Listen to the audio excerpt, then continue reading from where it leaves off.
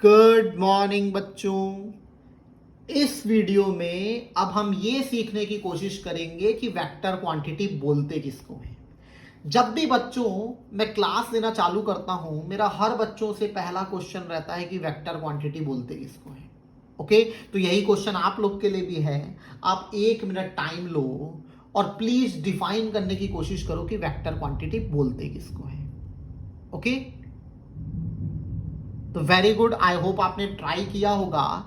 जो मुझे maximum answer मिलता है बच्चों से वो ये होता है कि हर वो क्वांटिटी जिसमें मैग्नीट्यूड होता है, जिसमें डायरेक्शन होता है, वो एक वेक्टर क्वांटिटी होती है। जो मुझे 99% बच्चों से आंसर मिलता है वो यही है कि सर जिस क्वांटिटी में मैग्नीट्यूड होता है, जिस क्वांटिटी में डायरेक्शन होता है, वो वेक्टर क्वांटिटी होती है। जिस क्वांटिटी में सिर्फ मैग्नीट्यूड होता है, डायरेक्शन नहीं होता है, वो स्केलर क्वांटिटी होती है। तो बच्चों, let me tell you, it is a wrong definition. Lower classes के लिए ठीक थी, जब तक हम 9th-10th में थे तब तक ये डेफिनेशन ठीक थी कि भैया मैग्नीट्यूड डायरेक्शन जिसमें है वो वेक्टर क्वांटिटी है, जिसमें नहीं है वो स्केलर क्वांटिटीज हैं। बट अब क्योंकि हम 11th में आ गए हैं और हमारा बेस चालू हो गया है, तो हमको सही डेफिनेशन सीखना बहुत जरूरी है। ओके, अच्छा, अब मैंने बोल दिया कि जो आपने डेफिनेशन बताई वो गलत है, तो आपको भड़ से मानना नहीं है। आपको मेरे से रीजन पूछना है कि सर ठीक है गलत है तो इसको प्रूफ करो कि जो हमको सिखाया गया है वो गलत क्यों है। तो चलो मैं आपको एक एग्जांपल देता हूं। ओके, ये साइन होपफुली सबको याद है किसका होता है। अभी अभी आप 10th पढ़ के निकले हो, तो ये होता है रेजिस्टेंस का साइन। किसका साइन होता है? रेजिस्टेंस का साइन। ठीक है, आई होप ये भी आपको साइन याद है। ये किसका साइन है? तो बच्चों, सेल का साइन है। ओके, अब जैसे ही एक रेजिस्टेंस के अक्रॉस किसी सेल को कनेक्ट किया जाता है तो हम जानते हैं करंट फ्लो होता है। ठीक है, जैसे ही किसी रेजिस्टेंस के अक्रॉस एक सेल को मैं कनेक्ट करूंगा तो यहां पे क्या फ्लो होगा? करंट फ्लो होगा। और होपफुली ये तो आपको याद ही होगा कि करंट कहां से कहां जाता है, तो from positive terminal to negative terminal जाता है।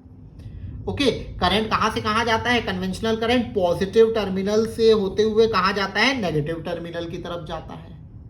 ओके, अब इस एग्जांपल को ध्यान से देखो और अपने आप से पूछो, क्या यहां पे इलेक्ट्रिक करंट के पास डायरेक्शन है? क्या यहां पे इलेक्ट्रिक करंट के पास डायरेक्शन है? तो बिल्कुल है। यहां पे करंट हमेशा कहां से कहां फ्लो कर रहा है? From positive terminal to negative terminal. Current कहां से कहां फ्लो कर रहा है? From positive terminal to negative terminal of the cell. तो मतलब यहां पे करंट के पास क्या है बच्चों? डायरेक्शन आ गया है। करंट के पास क्या आ गया है? डायरेक्शन आ गया है। अब बचपन में हमने क्या डेफिनेशन सीखी थी? हर वो क्वांटिटी जिसमें डायरेक्शन होता है वो वेक्टर क्वांटिटी होती है। तो ओके, तो करंट के पास भी डायरेक्शन है जो पॉजिटिव टर्मिनल से नेगेटिव टर्मिनल की तरफ जा रहा है। तो इस डेफिनेशन से तो इलेक्ट्रिक करंट कौन सी क्वांटिटी होनी चाहिए? वेक्टर क्वांटिटी होनी चाहिए। यदि हर वो क्वांटिटी जिसमें डायरेक्शन है वो वेक्टर क्वांटिटी होती, तो इस डेफिनेशन से तो इलेक्ट्रिक करंट कौन सी क्वांटिटी होती? वेक्टर क्वांटिटी होती, क्योंकि इलेक्ट्रिक करंट के पास डायरेक्शन है। बट हम सब जानते हैं इलेक्ट्रिक करंट कौन सी क्वांटिटी है? तो स्केलर क्वांटिटी है। कौन सी क्वांटिटी है? Scalar quantity. यदि आपको नहीं भी पता है तो आप गूगल में अभी सर्च करके देख सकते हो कि इलेक्ट्रिक करंट कौन सी क्वांटिटी है? स्केलर क्वांटिटी है। ओके, तो इस एग्जाम्पल से ये प्रूव होता है कि स्केलर क्वांटिटीज में भी डायरेक्शन हो सकता है। वेक्टर क्वांटिटी में तो डायरेक्शन होगा, ये फिक्स है। वेक्टर क्वांटिटीज में तो डायरेक्शन फिक्स है, मतलब होना ही होना है। बट कुछ स्केलर क्वांटिटीज में डायरेक्शन हो सकता है। तो क्या ये डेफिनेशन सही होगी? मैं बोलूं हर वो क्वांटिटी जिसमें डायरेक्शन है वो वेक्टर क्वांटिटी है।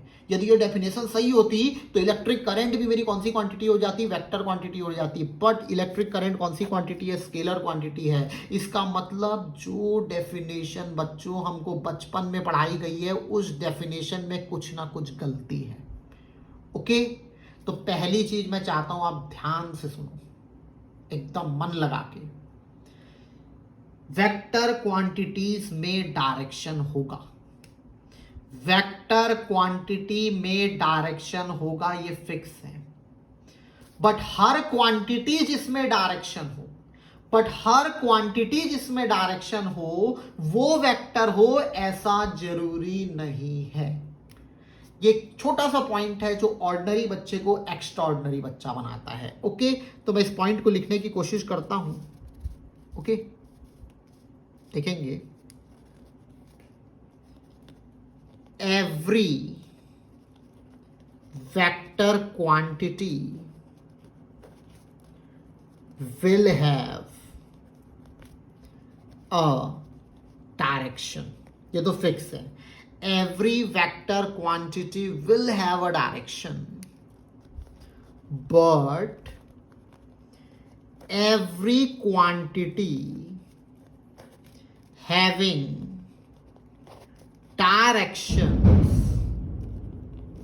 need not to be a vector.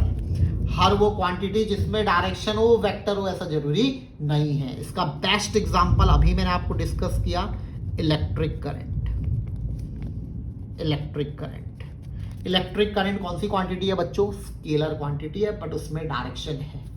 Okay, तो अभी के लिए जस्ट फॉर रफ लैंग्वेज के लिए यदि मेरे को डिफाइन करना पड़े, तो जिस क्वांटिटी में 2 + 2 4 होगा, ओके, एकदम रफ लैंग्वेज में बता रहा हूं मैं आपको, बाद में एकदम क्लियर डेफिनेशन दूंगा इसकी, ठीक है।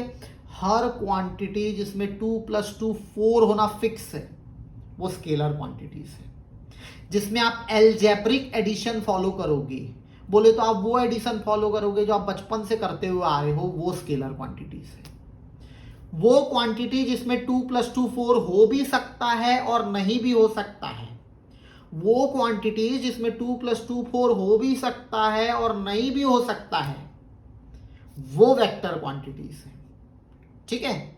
जिसमें वेक्टर्स अलजेब्रा फॉलो होगा, वो वेक्टर क्वांटिटीज है। तो वेक्टर अलजेब्रा क्या है, मैं आपको आने वाले वीडियोस में सिखाऊंगा कि ट्रायंगल लॉ, पैरेललोग्राम लॉ, ये सब आपके क्या है, वेक्टर्स अलजेब्रा हैं, ठीक है। अभी सिर्फ नाम सुन लो। तो जिन क्वांटिटीज में ट्रायंगल लॉ और पैरेललोग्राम लॉ फॉलो होता है, वो क्वांटिटी क्या होती है, वेक्टर क्वांटिटी होती है। तो जब भी आप स्कूल में जाओगे, आपसे आपकी मैडम जरूर पूछेगी कौन बच्चा है जो वेक्टर क्वांटिटी को डिफाइन करेगा, तो 99% बच्चे बोलेंगे हर वो क्वांटिटी जिसमें मैग्नीट्यूड और डायरेक्शन है, वो कौन सी क्वांटिटी है, वेक्टर क्वांटिटी है। बट मैं चाहता हूं आप हाथ खड़े होकर बोलना कि वो क्वांटिटीज जो वेक्टर्स लॉ को फॉलो करती हैं, वो क्वांटिटीज जो triangle law of vector addition को फॉलो करती है, उनको हम लोग कौन सी क्वांटिटी बोलते हैं, वेक्टर क्वांटिटी बोलते हैं। अब ये triangle law of vector addition क्या है, parallelogram law of vector addition क्या है, इसके लिए मुझे थोड़ा सा टाइम दो, आने वाले 2nd या 3rd वीडियो में आपको इसके बारे में बहुत अच्छे से क्या हो जाएगा, क्लियर हो जाएगा। तो मिलते हैं बच्चों नेक्स्ट वीडियो में। Thank you and have a wonderful day.